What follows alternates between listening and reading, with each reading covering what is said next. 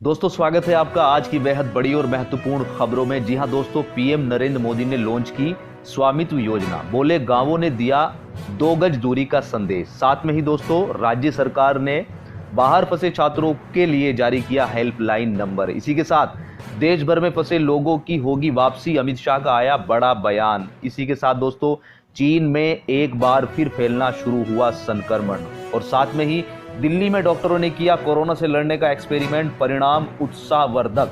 खबरों में और भी महत्वपूर्ण जानकारी, कोई भी जानकारी आपसे छूटनी नहीं चाहिए, इसलिए वीडियो को अंत तक जरूर देखें। और दोस्तों यहां पर इस चैनल पर आपको बिल्कुल ट्रू और ऑथेंटिक न्यूज मिलती है। अगर आपने अभी तक चैनल को सब्सक्राइब नहीं किया है तो सब्सक्राइब जरूर कर लीजिएगा। नीचे आपको लाल रंग का बटन दिख रहा है, आप उसको दबाकर सफेद बना दीजिएगा। दोस्तों यहां पर हम सरकार के द्वारा की जाने वाली एक घोषणा को आपके सामने लेकर आ रहे हैं। तो सरकार लगातार काम कर रही है, लेकिन फिर भी बहुत सारी ऐसी कमेंट भी आ रही है, बहुत सारी ऐसी जगह है जहां पर लोगों को ऐसा लग रहा है कि सरकार कुछ कर ही नहीं रही है। तो हम ये भी कोशिश कर रहे हैं कि वहां की आवाज भी उठाई जाए, उन लोगों की जो आवाज है उसको भी उठाया जाए, और वो हमारी आवाज सरकार तक पहुंचे और सरकार वहां पर भी काम करना शुरू करे। जो लोग भूखे हैं, जो लोग जरूरतमंद है, उन पर जरूरत, उनके भूख के लिए सामान जरूर पहुंचना चाहिए। इसलिए दोस्तों हम अपनी वीडियो में 5 अलग अलग जगह की कमेंट लेते हैं कि वहां पर जो जमीनी स्तर पर लोग परेशान हैं उनकी आवाज सरकार तक पहुंच जाए। दोस्तों यहां पर सबसे पहली कमेंट है कि हम लोगों के, एक हमारे भाई बोल रहे हैं कि हम लोगों के गुजरात में फंसे हुए हैं हमारे भाई, और वो कह रहे हैं कि उनको राशन नहीं मिल रहा है, या तो उनको राशन मिलना चाहिए या फिर योगी आदित्यनाथ हमें उत्तर प्रदेश आगरा में बुला लें। तो यहाँ पर अनुरोध है कि गुजराती जो गुजरात में फंसे हुए हैं सरकार से कि प्लीज़ जो गुजरात में बाहर के लोग हैं उन पर फोकस करें। वो बेचारे जैसे भी हैं उनके खाने का इंतजाम जरूर होना चाहिए। यहाँ पर अगली कमेंट आ रही है, हमारे एक भाई कह रहे हैं कि अरविंद सिंह कुशवाहा इनका नाम है, भिंड जिले के रहने वाले, यमुनानगर मोहल्ला वार्ड 35 महाराष्ट्र में फंसे हुए सुन्नी गांव, 17 लोग, छोटे छोटे बच्चे भी साथ में। सरकार की तरफ से कोई अभी तक कोई लाभ नहीं मिला। फोन नंबर भी इन्होंने दिया है। तो ये महाराष्ट्र में फंसे हुए, तो महाराष्ट्र सरकार से भी अपील है कि जो लोग भी बाहर के हैं और वो कहीं पर भी रह रहे हैं उन प्लीज ध्यान रखें, उनके खाने की व्यवस्था तो जरूर होनी चाहिए। अगली कमेंट है दोस्तों, ये हमारे भाई राजेश कुमार है, इनका कहना है कि ये यूपी के रहने वाले और जिला बाना फतेहपुर के हैं, ऐसा कुछ नाम है, वहाँ के रहने वाले हैं, और इनको भी राशन मुहैया नहीं हो पा रहा है। सरकार से अनुरोध है कि वहाँ पर भी ध्यान दें, इन लोगों को भी राशन पहुँचाने की पूरी कोशिश करें। सरकार वैसे कर भी रही है काम, लेकिन कुछ लोगों तक अभी तक नहीं पहुंच रहा है। दोस्तों अगली कमेंट हमारे एक भाई, जिनका कहना है कि आप अगर मेरा मैसेज देख सकते हो तो आप मेरे को, पंजाब में मैं रहता हूं, यूपी का रहने वाला हूं, कि ये पंजाब में रहते हैं, यूपी के रहने वाले हैं, कॉन्टेक्ट नंबर भी दिया है, और सरकार को क्या है कि गरीब आदमी मरता जा रहा है। मतलब इनका भी कहना यही है कि सरकार को राशन मुहैया कराना चाहिए। देखो मैं एक बात बता देता हूँ आपको, सरकार की तरफ से बहुत कोशिश हो रही है, लेकिन फिर भी बहुत सारे लोग रह रहे हैं, ये भी मुद्दा है। लेकिन सरकार अपने स्तर पर पूरा काम कर रही है। यूपी सरकार बार बार कह रही है कि अगर किसी के पास राशन कार्ड भी नहीं है तो अभी उसको राशन मिलेगा। अब यहाँ पर जो धांधलेबाजी नज़र आती है वो राशन डीलर हो गया, या फिर वहाँ के अधिकारी को इस बात की जानकारी लेनी चाहिए कि उनके क्षेत्र में किस तरह का काम हो रहा है। यहाँ पर अगली कमेंट है, एक भाई हमारे बोल रहे हैं कि सर कब तक ट्रेन चालू होगी, जल्द चालू करो, हम लोग फंसे हुए हैं, जयपुर में हैं, हम लोगों का बहुत तकलीफ हो रहा है। हमारा नाम अजीत है सर, हम लोग उत्तर प्रदेश के रहने वाले हैं। देखो एक चीज़ तो बहुत बड़ी यहाँ पर सामने निकल कर आ रही है, जो लगातार हम देख रहे हैं कि उत्तर प्रदेश और बिहार के लोग सबसे ज़्यादा दूसरे राज्यों में फंसे हुए। तो सरकार को इसमें बहुत बड़ा संज्ञान लेना चाहिए और जल्दी से जल्दी स्टेप लेना चाहिए, क्योंकि लोगों के पास अगर खाने के लिए कुछ नहीं होगा तो वो करेंगे क्या फिर। तो यहाँ पर मेरी सरकार से अनुरोध है, जितनी भी राज्य सरकार है वो अपने स्तर पर बेहतरीन काम करें, सभी को राशन मुहैया कराने की भरपूर कोशिश करें। दोस्तों वीडियो में आगे बढ़ने से पहले सबसे पहले जान लेते हैं कि कोरोना की अभी तक स्थिति क्या है। अगर भारत की बात कर रहे हैं तो यहाँ पर 23,077 लोगों में इसकी पुष्टि हो गई है, और सही होकर घर पर जाने वालों की संख्या 4,749 है, जबकि जो मौत हो गई जिन लोगों की वो 718 लोग हैं। अगर दुनिया भर की बात करेंगे तो 2.71 मिलियन लोगों में इस वायरस की पुष्टि हुई है। सही होकर जाने वाले जो संख्या है वो 7,43,000 है, जबकि इस वायरस की वजह से जो मौत हुई है उनकी संख्या 1,91,000 है। तो दोस्तों यहाँ पर पहली खबर निकल कर आ रही है पीएम नरेंद्र मोदी की तरफ से। यहाँ पर उन्होंने वीडियो कॉन्फ्रेंस के जरिए सीधी बात करी है। कोरोना वायरस संकट के बीच प्रधानमंत्री नरेंद्र मोदी ने शुक्रवार को सभी ग्राम पंचायतों के प्रमुखों को संबोधित किया।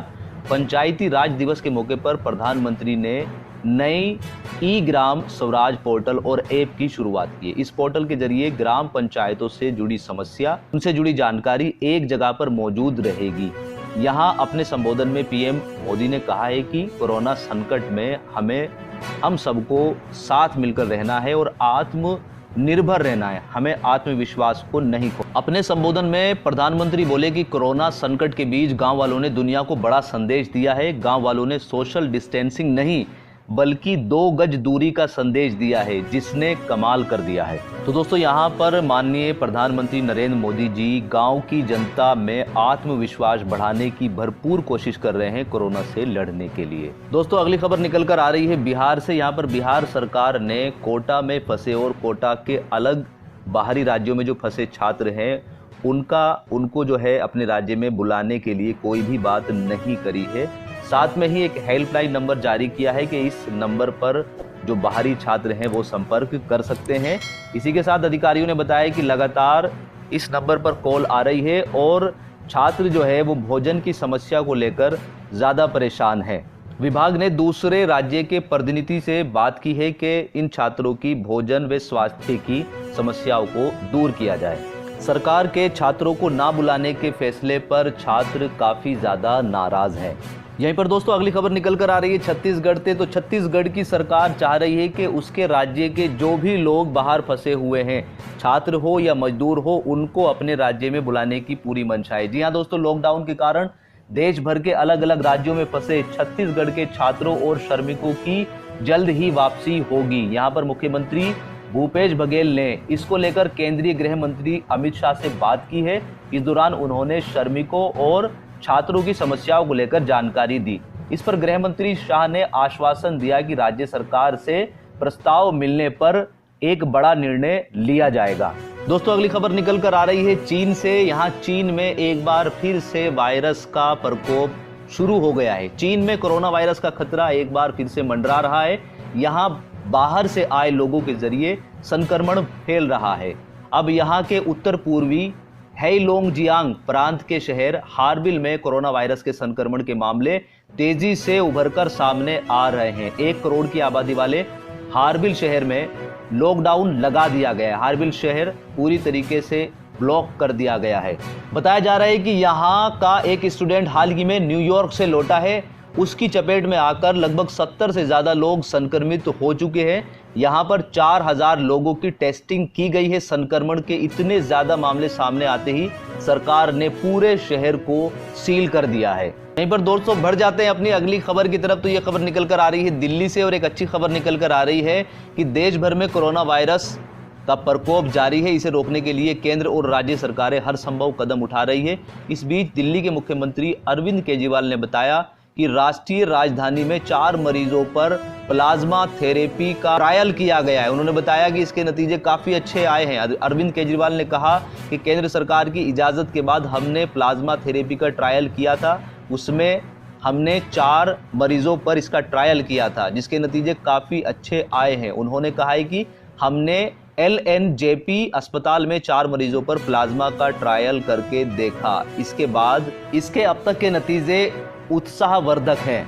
दोस्तों अब आप सोच रहे होंगे कि ये प्लाज्मा थेरेपी क्या है। तो दोस्तों ये एक तकनीक है जिसमें कोरोना से ठीक हुए मरीज का खून कोरोना संक्रमित मरीज को चढ़ाया जाता है। तो यहाँ पर दोस्तों क्या होता है कि जिस मरीज को कोरोना हुआ है और वो ठीक हो गया है, तो अब उसका ब्लड लिया जाएगा और उस ब्लड में से प्लाज्मा निकाला जाएगा और जो मरीज अभी संक्रमित हुआ है उसको वो प्लाज्मा चढ़ा दिया जाएगा। इससे क्या होगा कि क्योंकि उसके प्लाज्मा में, जो पहले वाला मरीज सही हुआ है, उसके प्लाज्मा में क्षमता है उस कोरोना वायरस से लड़ने की, वही प्लाज्मा जब दूसरे जो संक्रमित मरीज है उसमें चढ़ाया जाएगा तो वो भी लड़ सकता है, उसके जो प्लाज्मा है उस कोरोना वायरस से लड़ सकते हैं। तो इस तकनीक का यहाँ पर यूज़ किया गया है और ये तकनीक अभी तक जो 4 पेशेंट पर किया गया है उन पर सफल साबित हो रही है। तो दोस्तों ये थे आज के मुख्य समाचार। उम्मीद करता हूं कि आज की जानकारी आपको पसंद आई होगी। अगर वीडियो पसंद आई तो लाइक करना, दोस्तों के साथ शेयर करो और चैनल को अगर अभी तक भी सब्सक्राइब नहीं किया है तो सब्सक्राइब कर लीजिएगा। अपना ख्याल रखिएगा।